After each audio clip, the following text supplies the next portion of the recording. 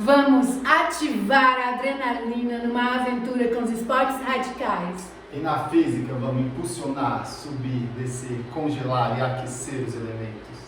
Vamos descobrir como que os 4 elementos influenciaram o bioma brasileiro e entre eles o cerrado aqui da gente, hein? E vamos também trabalhar a arte efêmera e o ativismo ambiental envolvendo os 4 elementos. Vai, planeta!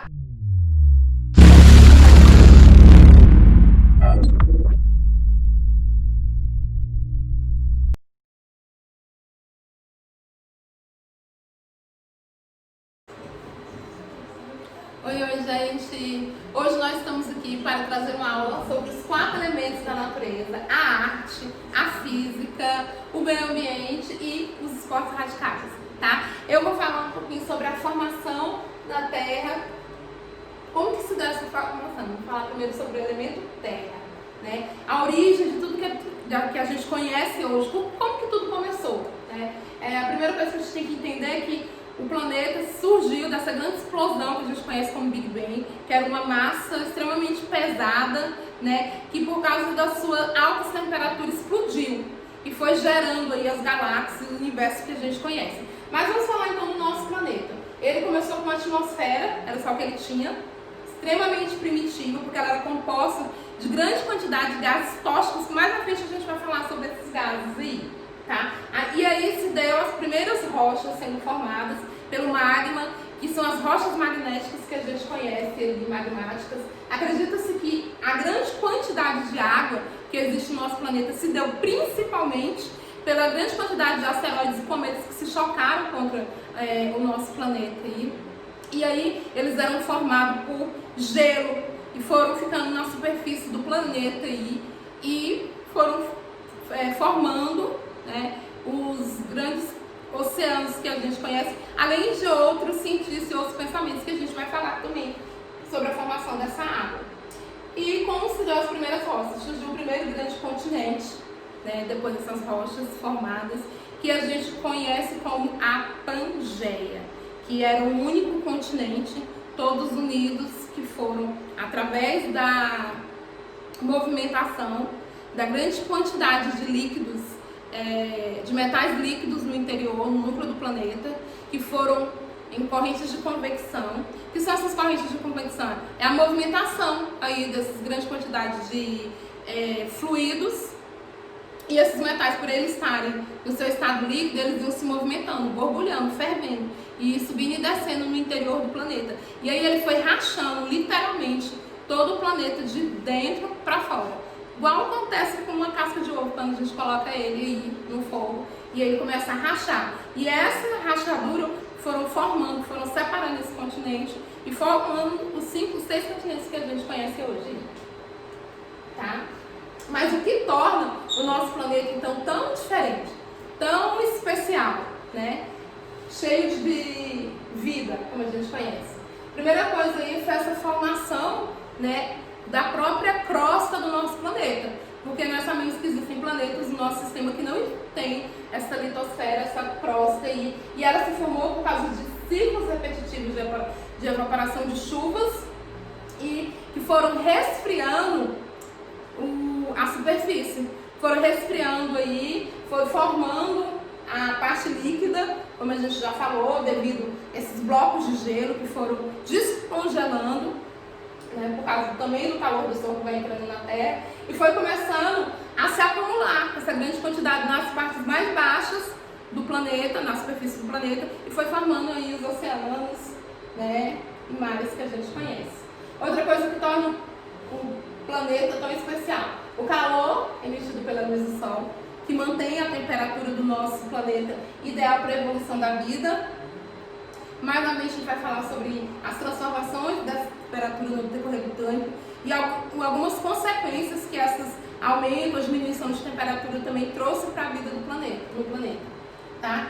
Possui água no seu estado líquido, como a gente já falou, que até hoje o homem ainda não conseguiu encontrar a água no seu estado líquido em outros planetas no sistema solar, apesar de já ter encontrado em outros estados sólidos, mas no estado líquido ainda não conseguiu encontrar, que é o elemento básico para para os seres vivos. Como nós sabemos, né, 70% do homem é formado por esse elemento aí, H2O. E ela também contém oxigênio na sua atmosfera, possibilitando um ambiente propício para a vida terrestre. E essa formação, como a gente já viu, que foi se dando aí devido a essa movimentação no núcleo do planeta e separando aí os continentes, como a gente conhece hoje. Dentro desse contexto aí, gente, vamos falar um pouquinho, então, como que se foi se dando os primeiros monumentos artísticos, monumentos mesmo, de artes que foram encontrados nessa terra primitiva, né? Vou falar um pouquinho sobre este monumento chamado de Stonehenge e arqueastronomia. Por que é chamado de arqueastronomia? Porque, para alguns cientistas, né, esse monumento ele se encontra num local onde propiciou observar a movimentação do Sol. E por que eles achavam importante observar essa movimentação? Para observar aí datas significativas, porque o homem primitivo ele ainda não tinha essa contagem de datas, de dias, de épocas do ano, de mudanças de estações. Então ele usava esse monumento arquitetônico aqui, apesar de não ser feito por arquitetos, mas é chamado de monumento arquitetônico por causa da sua complexidade, e o homem ele ainda não consegue entender, né? Justamente por ele entender de arqueologia, de física, de matemática, ele não consegue explicar como que o homem primitivo conseguiu construir esse monumento aqui e a sua complexidade. Então ele usava isso para observar o movimento do Sol e quando que seriam as melhores épocas para ele plantar e colher aí os seus alimentos, né? Outro monumento aí, o Machu Picchu, que se encontra ali no Peru, bem pertinho da gente, né? Lá. E assim, era uma verdadeira Machu Picchu, para quem não sabe, galera, significa cidade perdida, porque ela realmente ficou muito tempo perdida. Foi encontrada lá pelo ano de 1908, se eu não estiver enganado, mas você já, se estiver me corrigir daqui a pouco. Então, assim, ela foi encontrada aí os incas, né, que fizeram, e ela também, a localização dela, o principal ponto do Machu Picchu era a sua localização, ela ficava em cima, no encontro de placas tectônicas, né, em cima cercada por águas ali, para propiciar a agricultura, tudo para facilitar a vida desse povo primitivo aí. A própria localização do sol, quando batia, tudo isso foi pensado de uma forma, eles não tinham conhecimento físico, mas eles tinham conhecimento de experiências, de viver aquilo dali e observar. Uma observação que eles trouxeram para a vida deles e foi capaz de criar uma cidade inteira capaz de se autossustentar, né? Se autossustentar, que era importante. E assim, um dos monumentos mais conhecidos aí, faz parte ali das 7 maravilhas do mundo, as pirâmides do Egito, que também não existe um consenso dos cientistas como que foi criado, devido assim ser um monumento extremamente grande e complexo, que inclusive para a época de hoje seria difícil criar, né? Imagine para uma época primitiva como foi a época que foi criada e que, de acordo com alguns cientistas, eles usavam o conhecimento para diminuir o atrito desses blocos de pedra, né, para facilitar a movimentação e assim eles conseguirem encaixar e ir montando aí esses monumentos e também para diminuir a força necessária, né, para erguer esses blocos aí. Eles usavam água, galera, para molhar e facilitar essa movimentação aí, tá bom? Chegando aqui também falar um pouquinho sobre como que se dá a física em alguns esportes praticados na Terra. Falar um pouquinho sobre o skate, que é um esporte muito popular, né? Bastante praticado, inclusive estará nas próximas Olimpíadas e nós temos ótimos skatistas, provavelmente traremos medalhas. E aqui tem alguns conceitos que a gente pode observar da física dentro dos movimentos desse esporte aí, como energia, movimento, gravidade, aceleração, força, impulso e pressão, né? Então, assim, para a gente entender mais ou menos como que seria, que se encaixaria, aqui nós temos o esportista, quando ele está na parte mais alta aqui da rampa, ele está armazenando uma energia chamada energia potencial gravitacional, devido à altura que ele se encontra aqui. Então aqui tem uma gravidade atuando sobre ele, e aqui ela está armazenada. Quando ele começa a descer e ele ganha movimento, ele tem um princípio aqui de a energia potencial sendo transformada em energia cinética, que é a energia do movimento. E aí ele dá um impulso. Esse impulso aqui, galera, é a força. Ele vai exercer uma pressão sobre a superfície e essa força, essa pressão vai gerar movimento.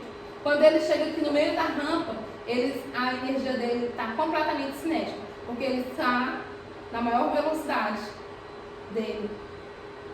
E aí ele começa a subir novamente.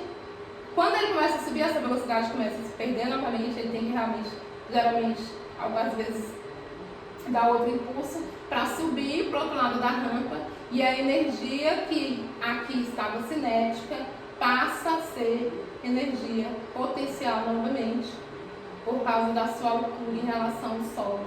E aí ele fica nesse ciclo de energia cinética para energia potencial, movimento gerado pela força, né? Primeira lei de Newton, para sair do seu inércia gerando movimento e pelo impulso dele aí. Dentro desses movimentos do skate, flip, drops e outros aí. Tá bom? E é isso.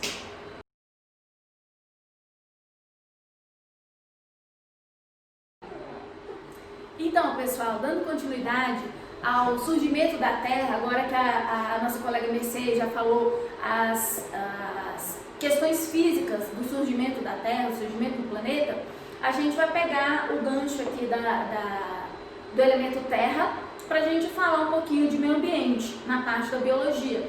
Então, a Terra, ela propicia a vida, o começo da vida, no caso, dos herbívoros, dos seres autótrofos que produzem o próprio alimento e que vão servir de alimento para os herbívoros. Então, para a gente falar disso, de terra, a gente tem que falar sobre a vegetação do nosso país, né? A gente foca um pouquinho aqui no nosso próprio país. Então, o bioma mais importante, claro, porque a gente mora aqui no Centro-Oeste, o mais importante para a gente é o que é endêmico para a gente, que é o Cerrado, que se localiza nessa região aqui. O Cerrado, ele tem extrema importância porque ele faz ligação com os outros 4 biomas brasileiros. Então faz ligação com a floresta amazônica, com a caatinga, com a Mata Atlântica e com o Pantanal, tá? Então tem uma ligação muito forte, inclusive é o berço das águas para todos os outros estados brasileiros. Falando de Cerrado, a gente vai falar um pouquinho de números, de fauna e flora do Cerrado, porque ele só é possível por causa das relações ecológicas que existem entre o meio biótico e o meio abiótico. O que é o meio abiótico? Seriam as partes, as porções que não têm vida, mas que proporcionam a vida. Então a terra, as rochas, o ar, a água, certo?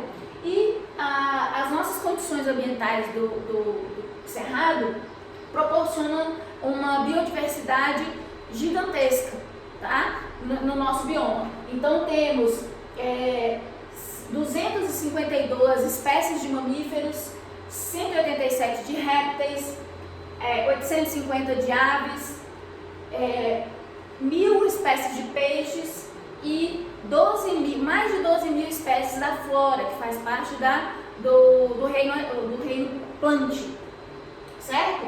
E o bioma Cerrado, ele é o segundo maior bioma da América do Sul. Ele ocupa mais de 2 milhões de quilômetros quadrados, ou seja, quase 24% do nosso território brasileiro. Mas, infelizmente, somente 8% desse cerrado ele é amplamente protegido. Aqui tem uma fisionomia do cerrado, né, uma foto de várias fitosfisionomias. Então aqui vai ter uma mata de galeria, né? Outras áreas do cerrado que a gente vai conhecer um pouquinho agora de uma maneira mais detalhada. Então, as fitofisinomias do cerrado são os tipos de ambientes que um cerrado pode ter.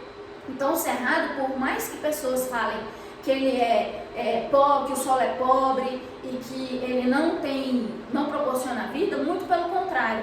Pela quantidade de fitofisionomias aqui, pela proporção de recursos que existem, diversas espécies podem viver nesses ambientes. Então temos aqui as formações florestais, que envolvem, por exemplo, em rios de grande extensão, você tem ao redor a mata ciliar. Quando tem rios menores, de extensão menores, vai formar uma mata de galeria. Forma também a mata seca. Observem que o porte das árvores, né, da vegetação, ela vai diminuindo de acordo com a disponibilidade de água. Então aqui é um lugar que tem bastante água no solo, tá? E vai passando para as formações savânicas, que podem ser, né, o cerrado denso. Observem que o porte de plantas vai diminuindo de acordo com a disponibilidade de água. Cerrado típico, ralo e rupestre. Essa parte rupestre é que são encontradas as rochas. Então, uma vegetação que pode surgir nas rochas. Tem formações campestres também, campo limpo, campo sujo, e o próprio campo rupestre pode observar que o relevo também ele muda, tá? E as formações também savânicas, mas que indicam a presença de água. Então, toda vez que você estiver no meio do cerrado, se por acaso você se perder, observou ali a presença de buritis, você sabe que ali vai ter água, ok? E tem a parte de parque e tem a parte savânica de palmeiras. O cerrado, na verdade, ele é como se fosse uma floresta invertida. Por quê? As plantas do cerrado, elas tiveram que passar por uma evolução, elas passaram por mutações ao longo do tempo para se adaptar ao clima, para se adaptar ao ambiente. Como o solo ele é muito rico em alumínio e às vezes, né, é um solo calcário que pode deixar o solo pobre em outros nutrientes, ao contrário, as raízes são imensas. Então as raízes das plantas elas tiveram que crescer até altas profundidades para poder encontrar os lençóis freáticos e sugar essa água lá do subsolo. Isso faz com que essas raízes, faz com que a terra fique mais presa, ela fique ali agregada, fique aerada e também permite a permeabilidade do solo, deixa que a água escorra e forme os lençóis freáticos. Ou seja, o cerrado ele é o berço das águas porque ele permite a formação de lençóis freáticos.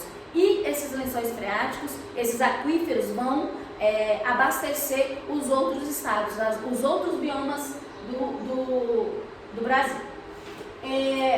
Um problema sério que acontece no cerrado é a parte de desmatamento, que pode acontecer por agricultores, por pecuaristas, para a formação de pastos, né, que dá para observar uma área grande desmatada para a plantação, e aqui dá para ver o cerrado nativo ainda, né? Então é uma diferença muito grande de onde tem a cobertura vegetal e onde não tem. Essa área aqui que foi desmatada, né, pode ter sido por fogo, né, que é o que está acontecendo agora no Pantanal, em outros biomas e aqui no Cerrado inclusive.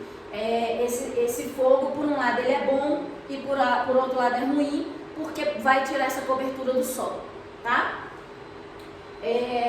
O problema de tirar a cobertura do solo é a formação de erosões. Então aqui, quando tem a cobertura vegetal, o que acontece? A água, aquelas raízes que firmam o solo e que formam aquela permeabilidade, permitem que a água escorra pelo subsolo e volte para os rios e oceanos. Já no caso de sem cobertura vegetal, quando ocorre o desmatamento sem controle e sem fiscalização, o solo fica descoberto e vai começar a formação de erosões. O solo vai ceder porque não tem nada que segure. e isso vai provocar desertificação, pobreza do solo e a diminuição da biodiversidade, porque a vida ali vai se tornar praticamente impossível. Então aqui tem um exemplo de quando as raízes são profundas e permitem a permeabilidade da água, e aqui quando a raiz ela é muito, por exemplo, a monocultura, a plantação de milho, por exemplo, né? As raízes já são bem curtinhas, faz com que o solo fique compactado e não irrigue os aquíferos subterrâneos, certo? Então, para que a gente possa usufruir, né, da maravilha que é o cerrado, a gente precisa preservar. E aí, quando a gente preserva, a gente tem condição de fazer esportes radicais aqui no próprio cerrado. Aqui é um muro de escalada lá na Fercal, ali próximo a Sobradinho. Lá também tem vários outros tipos de esportes radicais. Aqui tem um montanhismo, aqui você pode ver uma formação rupestre do cerrado que promove esse tipo de esporte radical. Podemos fazer trilha aqui, ó, como está mostrando, é o circuito Flona, que é uma área de preservação ali próxima a Ceilândia e o finalzinho ali de Taguatinga e Ceilândia, tá? E dá para fazer, por exemplo, esporte radical como mountain bike, e também a formação de trilhas, aqui é o Jardim Botânico, trilhas ecológicas que você pode fazer a pé, trilhas grandes, pequenas, inclusive aqui não precisa ser com uma roupa tão apropriada para esse tipo de coisa, né? Tem trilhas menores. Outra parte que a gente tem que observar bastante é que quando a gente preserva, a gente pode contemplar a arte. A arte no cerrado, aqui no caso bem específico, o Jardim Botânico de Brasília, tem um jardim que foi construído, que é chamado de jardim evolutivo, que mostra desde as plantas mais primitivas, briófitas, passando para as plantas mais evoluídas, pteridófitas, gimnospermas e angiospermas. Então ele foi construído do centro para a área externa, tá? Para mostrar a evolução das plantas. Lá no Jardim Botânico é possível observar. E aqui tem essa água, esse espelho d'água, justamente para abastecer o próprio jardim e para abastecer outras partes de plantas. Aqui também no Jardim Botânico tem o Jardim de Temperos. Ele tem essa formação circular, que é um tipo de arte também, né? E ele proporciona ali uma sensação de cheiros e texturas com esse jardim. Outra parte de arte rupestre aqui no nosso cerrado é a arte aqui tem essa pintura na rocha, pode ser encontrada lá no sítio de Braslândia, sítio arqueológico de Braslândia, e foi encontrado também, claro que tem várias outras instrumentos que foram encontrados, aqui um instrumento provavelmente de caça, que tem essa pintura e esse instrumento, eles têm mais de 10 mil anos, e aqui, infelizmente, né, esse sítio ele é de uma área particular, foi aberto ao público e infelizmente as pessoas não tiveram o devido cuidado, e aqui pessoas picharam, né? Pintaram ali, escreveram os nomes, e aí ela foi fechada a visitação, infelizmente. Então, se a gente não preserva, a gente não consegue aproveitar.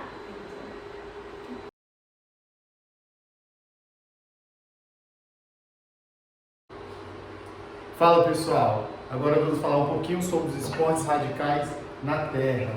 O que é esporte radical? Esporte radical é uma mistura de adrenalina, aventura, coragem e principalmente amor à natureza.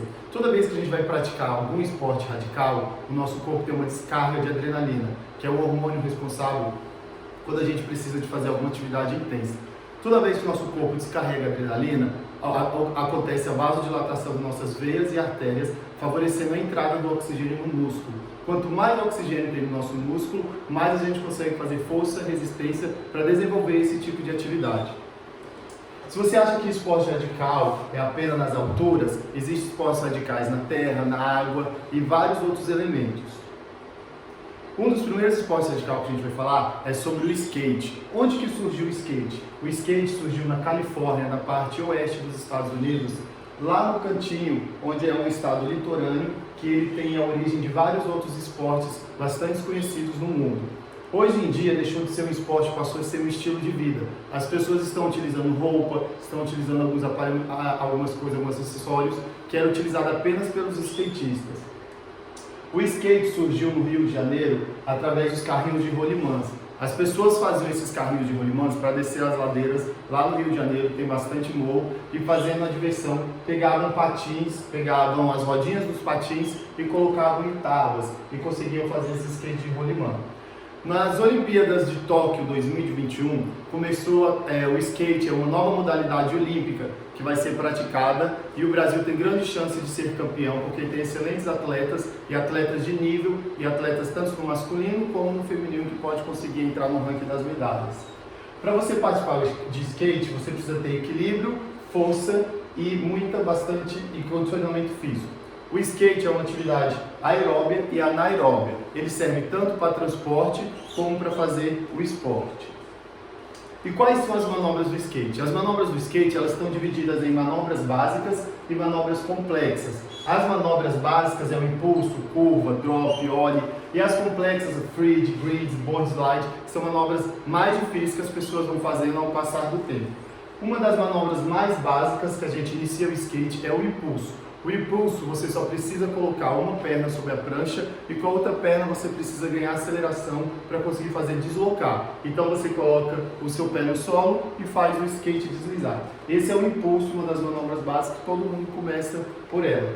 Depois a gente tem o drop. O drop é quando a gente coloca os dois pés sobre a prancha e deixa o skate deslizar. Geralmente serve para a gente descer de halves, de algumas pistas, a gente utiliza bastante o drop. Depois nós temos o ollie. O ollie é a manobra que a gente bate na parte de trás do skate e tende a fazer ele sair do chão com as duas rodas. E colocando as duas bases em cima do skate e você consegue descer e ficar sobre a base da prancha. E outra manobra que depois tem origem do ollie é o flip. O flip é quando o skate gira em torno do seu próprio eixo. Você começa pelo ollie e ele tende a fazer um giro no próprio eixo. Esse é o flip.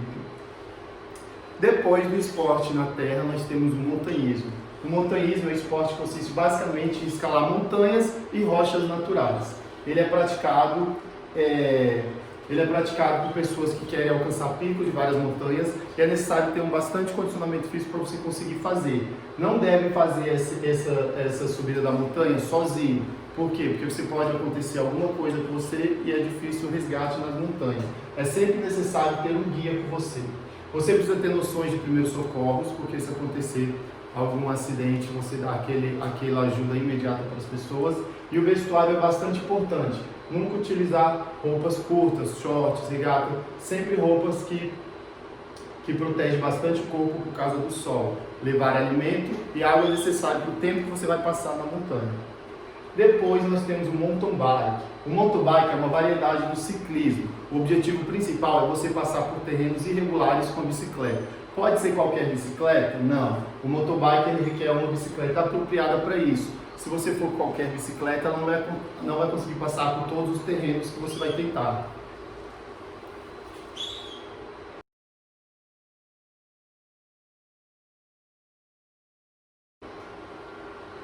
Oi, gente! Como inserir arte em biologia, em física e em educação física? Né? Fácil. A arte está presente em tudo. Desde a Idade Moderna, que a natureza se apresenta como inspiração para vários artistas. Trabalhar com arquitetura, com escultura, com pintura. Só que a partir de meados dos anos 50, ela passa a ser suporte também. Né? A gente passa a utilizar a natureza não só como fonte de inspiração.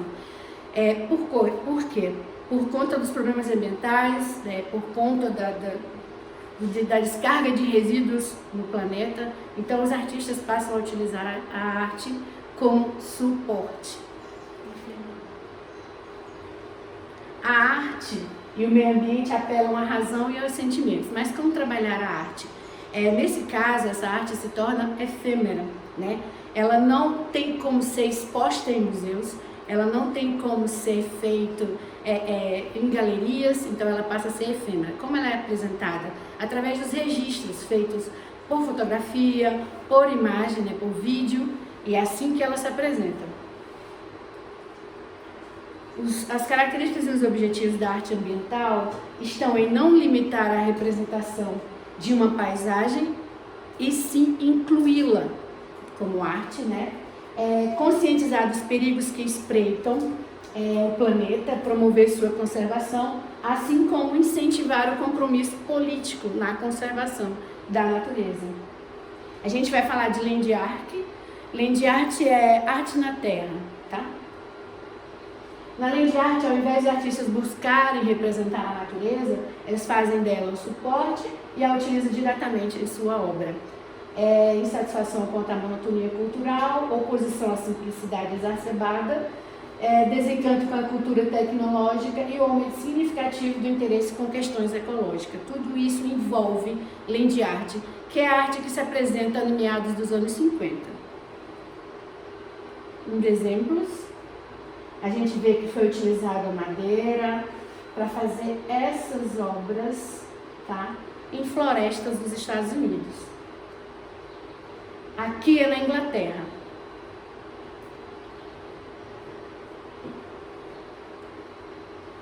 O desencanto com a cultura industrial, né, se referia especialmente ao movimento artístico do futurismo, tá? Então as pessoas queriam algo mais calmo, que transformasse em calmaria aquela agitação das cidades. Foram para o deserto de Utah, foram os primeiros lugares onde eles fizeram isso. E se vocês prestarem atenção nessa obra aqui, em 1970 ela foi construída, tá, por Smithson e ela passou coberta por água até 2004, quando a maré baixou e ela reapareceu, tá? Isso são fotos de satélite aqui, para mostrar mais de perto, e essa daqui um pouco mais distante, tá? E os túneis do sol. São 4 túneis que eles mostram o nascer e o pôr do sol de acordo com a posição que você está colocado. Ela é efêmera, como já foi dito, tá? É uma vertente artística que não pode ser exposta em museus. E aqui a gente tem mais obras de land art, sempre feita com a natureza. No Brasil, o maior representante da land art é Vic Muniz. Tá? Ele utiliza resíduos principalmente para chamar a atenção da quantidade que é jogada pelo ser humano, principalmente pelos brasileiros, todos os dias. Então ele reutiliza em suas obras. Inclusive um dos seus documentários, Lixo Extraordinário, recebeu vários prêmios no mundo inteiro. Para continuar, hoje a gente traz um adendo, a gente vai falar um pouquinho sobre arte no Cerrado.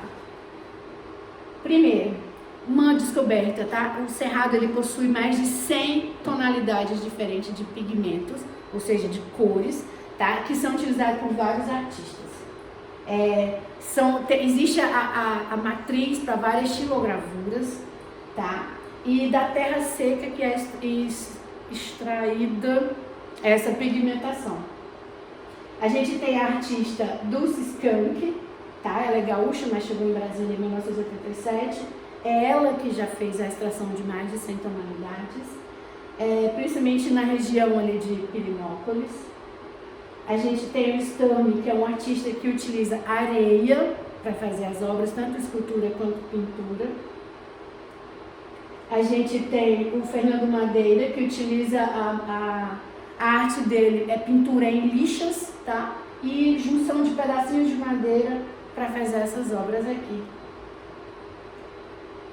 E tem as caixinhas do Luiz Galina. São caixinhas para fazer estilogravura, que ele tira todo o material do Cerrado, tá? Ele é morador da Asa Norte e transforma essas caixinhas aqui em estilogravuras que são utilizadas em capas de livros, capas de revistas, e já fez várias exposições, não só no Brasil, não só em Brasília, como pelo mundo.